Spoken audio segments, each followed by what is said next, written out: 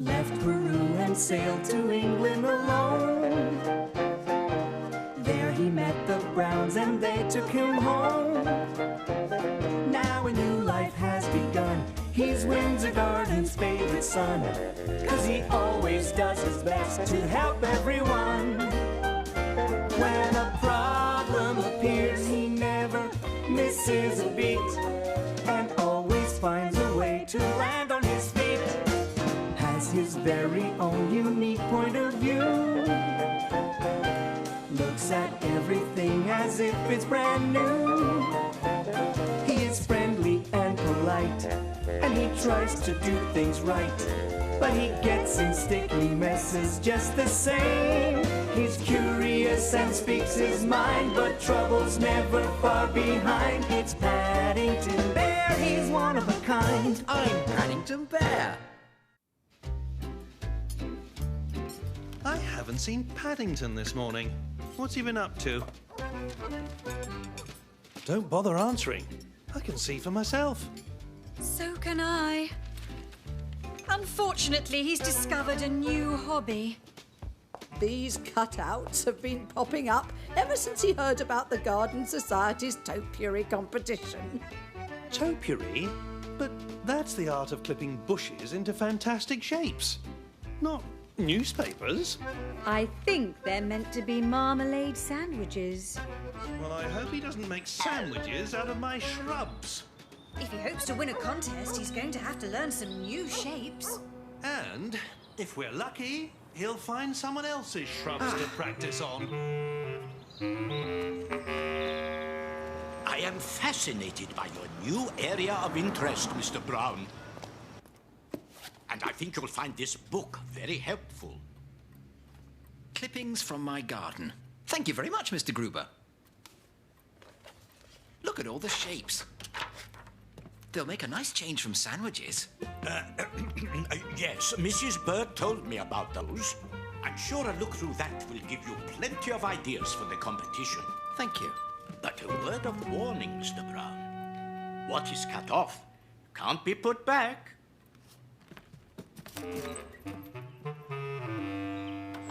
Mr. Brown's going to be surprised when he comes home and finds a peacock in his garden. But where shall I start? Aha!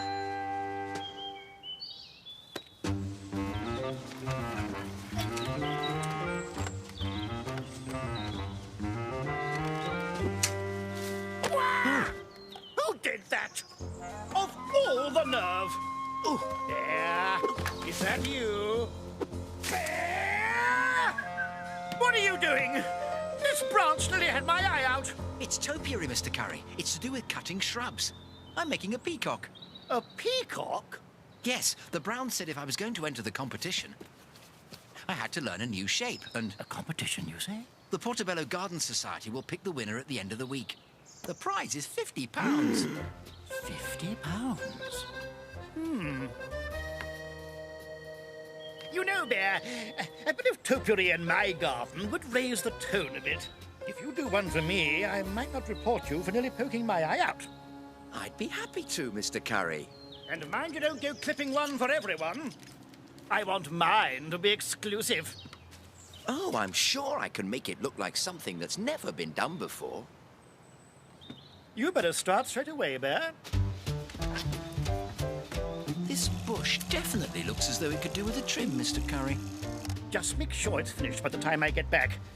After I've got something for my eye, I shall call in at the Garden Society and bring the judges round. The judges? I'd better get started right away.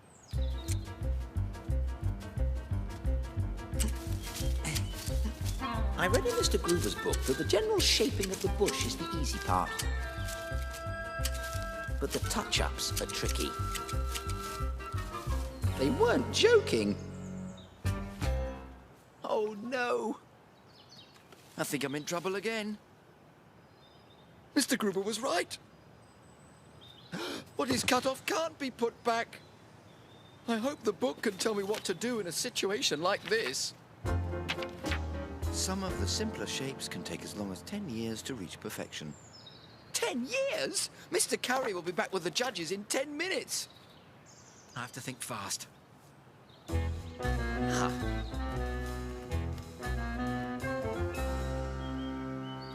It's a good thing bears are good at thinking.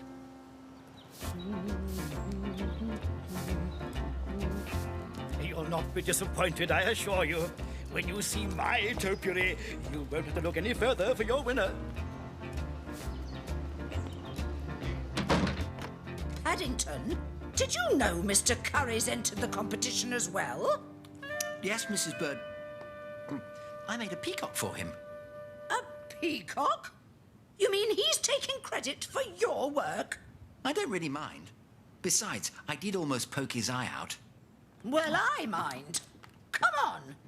Uh-oh. See? Isn't it fantastic? It certainly is. But tell us, Mr. Curry, how did you shape such a perfect peacock? Patience. Lots and lots of patience. Just a moment. Mr. Curry didn't make that. It was Paddington. Entering someone else's work? This is highly irregular. It isn't the first time something like this has happened. You ought to be ashamed of yourself, taking credit for a young bear's handiwork. But it's my bush. And it's a fake. A fake? What do you mean, a fake? There's some kind of foam in the middle. The branches are stuck in it.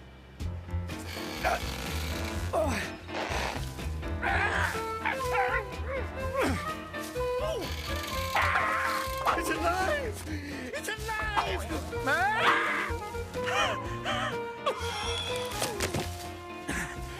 We've seen just about enough. This has been a complete waste of time. Get it off! Get it off! I'm sorry, Mr. Curry. Topiary isn't supposed to attack people. There you are. Hello. I've got a surprise for you, Paddington. I bought this bush for you to practice on. He's already practiced. On mine, and he ruined it. You can have this one if you like, Mr. Curry. Well, it's nothing like the original, of course. I could try making you something else, Mr. Curry. A bear would look very nice in your garden. A bear? A bear. Oh, a bear, indeed. You can't trust anyone today. And you leave things outside, and what happens? Oh, wait till I get my hands. Perhaps not. Wait till I get my hands.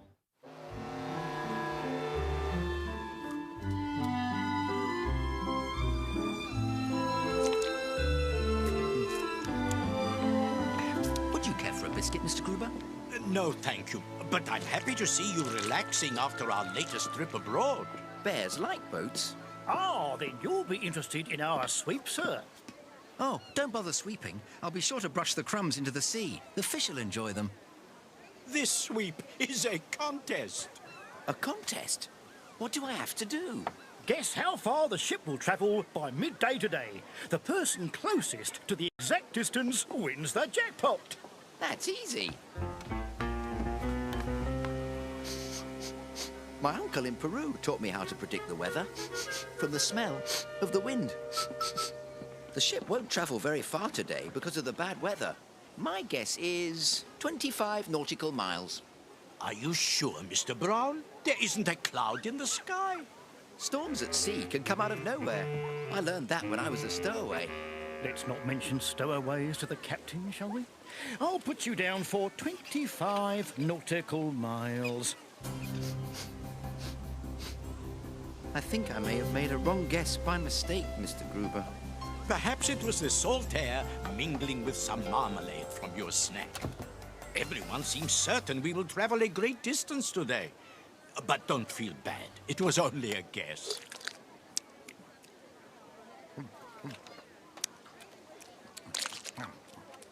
I will let you enjoy your biscuits alone, Mr. Brown. Now, be careful. Don't stay out in the sun too long. The sun's very hot. I'm starting to get full and sleepy.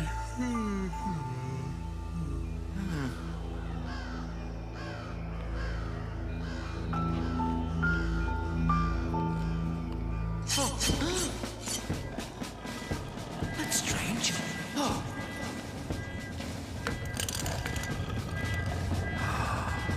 Paddington! Mrs. Brown? Paddington! Where are you, Mrs. Brown? I can't see you, and I don't like the look of what I do see. Mrs. Brown! Mr. Brown! Mrs. Bird! Where are you? Help! No! No! No! No! Oh. That was no ordinary dream. That was a nightmare. Paddington! Paddington! The nightmare's still happening. Hey, watch it! Mr. Gruber was right. I spent too much time in the sun. And now I'm seeing ghosts. If anyone can help me, it's the ship's doctor. Good gracious! What seems to be the trouble? You look as though you've seen a ghost. I have. 3 of them, as a matter of fact. 3? Dear me. Why don't you tell me all about it? Well, it happened right after I was chased by some biscuits. You were chased by biscuits? That's right. I see. And this happens to you often? Sometimes, depending on how much I've eaten. But it doesn't stop there. Then I saw the Browns and Mrs. Bird, but they're in London. A bird in London? You're sure it wasn't a seagull on the railing? Mrs. Bird, a seagull? She wouldn't like to hear that. Start from the beginning. I was sitting on the deck. You were sitting on the deck? In the sun? Yes, I was keeping an eye on the weather for the sweep. It sounds as though you've been hallucinating. What you need is sleep. But the trouble started while I was sleeping. It's a clear case of too much sun making you imagine all sorts of things. Well, it's happening again. There are the Browns and Mrs. Bird. Oh, my. Hi there. Hello. But you said they were in London, didn't you? Ha! Ghosts! Help! No, wait!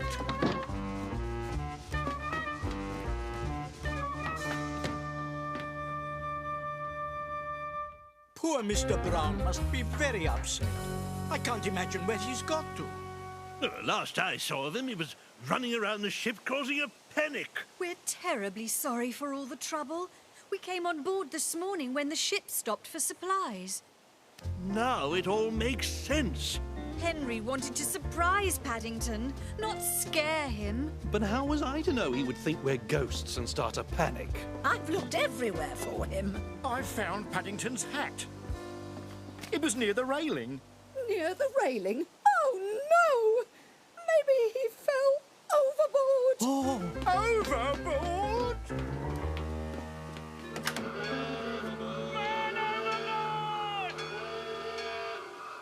I've given the order to start the search. In all my years at sea, I've never had a man overboard, let alone a bear.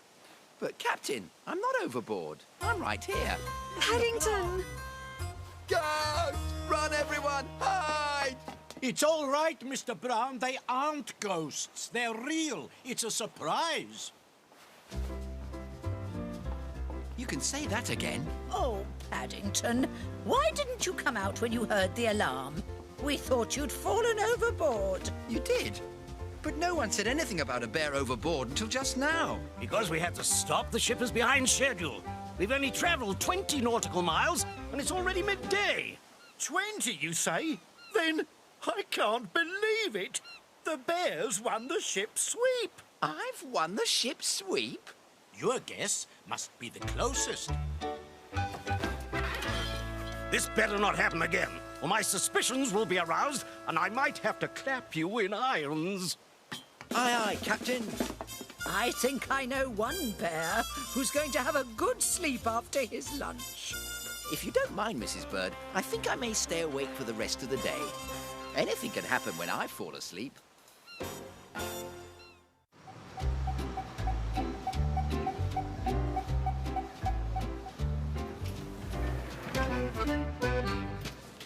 And you are one Paddington Brown?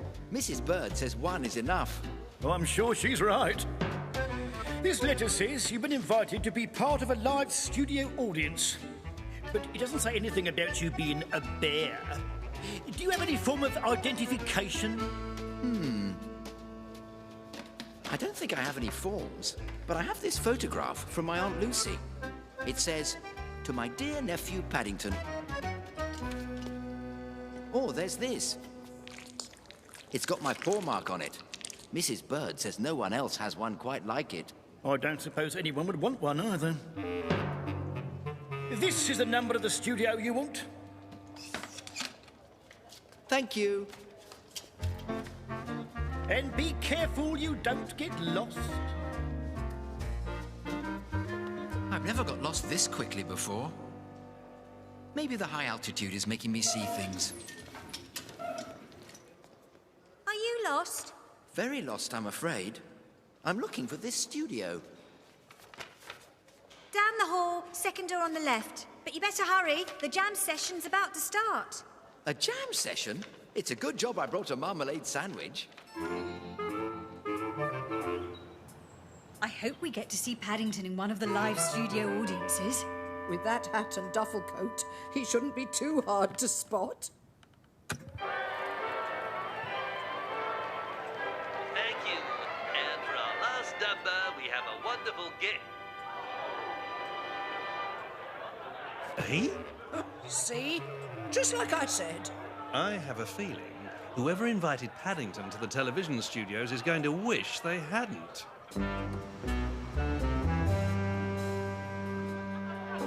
Who are you?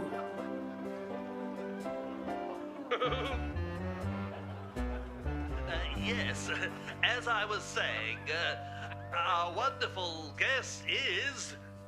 Paddington Brown of 32 Windsor Gardens. Paddington Brown, Paddington Brown. But you're supposed to be in Studio 6, not Studio 9. I didn't know about the jam session, so I hope a marmalade sandwich will do. I'm afraid we can't play this. Play it? My Aunt Lucy taught me never to play with my food. Yes, and how can I help you? I think I took a wrong turn.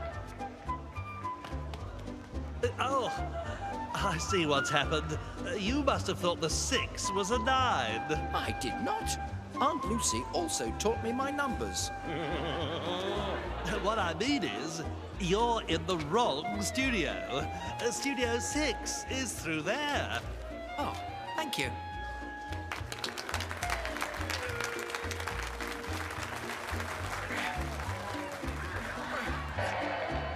Change the channel. I can't watch this anymore. And now, finally, for our last number. But this is Studio 8. Well, at least I'm getting warmer.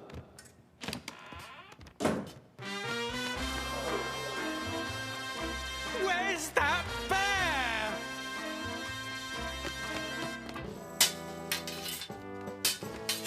I have you, Robin Hood! Nothing can save you now!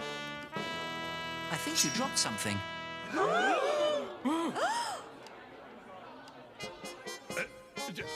You'll not save him, Friar Tuck. Friar Tuck? Oh. It's not my place to say, but I've always been told that violence doesn't pay.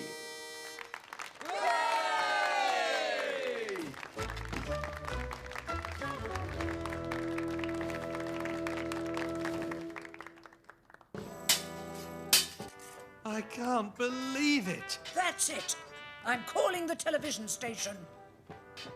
Why don't we watch the news?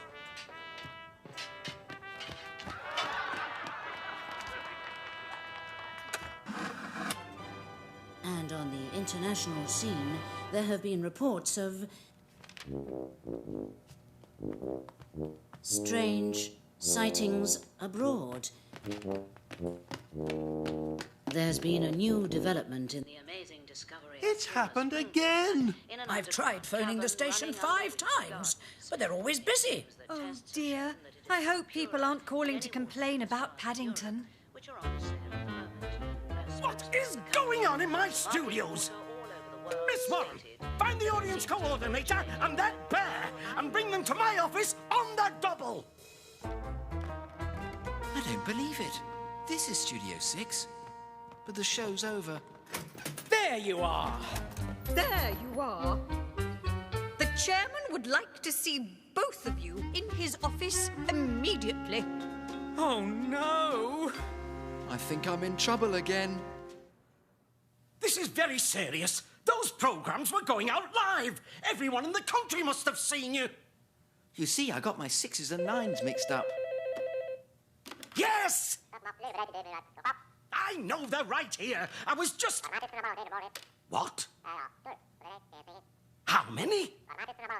That many? That's incredible! As I was saying, this is very serious. It turns out everyone in the country did see you. They did! They did? And they loved you. Our switchboard has been flooded with calls from happy viewers wondering where and when you'll turn up next. You've done us a great service. Our ratings have soared. Congratulations. Good work. Oh, thank you, sir. You know what they say, there's nothing like live TV. We'll have to have you back, Mr. Brown. Perhaps next time I could start at Studio 1 and work my way up.